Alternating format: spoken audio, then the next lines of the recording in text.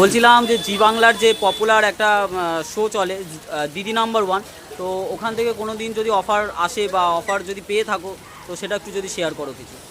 দেখো, জয় মা তারা। আমি প্রথমে একটা কথা বলি তোমাকে, বিশেষ করে আমি জি বাংলায় দুবার আমার প্রোগ্রাম হয়েছে জি বাংলাতে। আচ্ছা, একটু নামটা বলো প্রোগ্রামে। এক হচ্ছে দাদাগিরি, আচ্ছা আর দ্বিতীয় হচ্ছে জি বাংলা রান্নাঘর।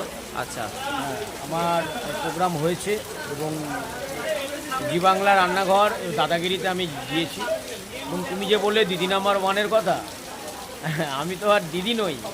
না, ফ্যামিলি নিয়ে যাবে, মানে Family দিদির সাথে তার হাজবেন্ড। ও আচ্ছা আচ্ছা। তো বিষয়টা হচ্ছে এটাই, ওনারা যদি যোগ্য বলে আমাকে মনে করেন ওনারা ডাকবেন, যোগ্য যদি মনে না করেন আমাকে ডাকবেনই বা কেন, তাই না? মানে এরকম অপরচুনিটি পেলে তুমি নিশ্চয়ই যেতে চাইবে। কি বলছি কথাটা, যদি আমাকে যোগ্য বলে মনে করেন যেসব চ্যানেলগুলো, হ্যাঁ। যেমন জি বাংলা হোক, শান বাংলা হোক, স্টার জলসা পরিবার হোক, যাই হোক, তো এনারা যদি যোগ্য বলে মনে করেন, তো আমি তো দেখেইছি, আমি দাদাগিরিতেও আমি গিয়েছি, উনি আমাকে বলেছিলেন, আমি গিয়েছি।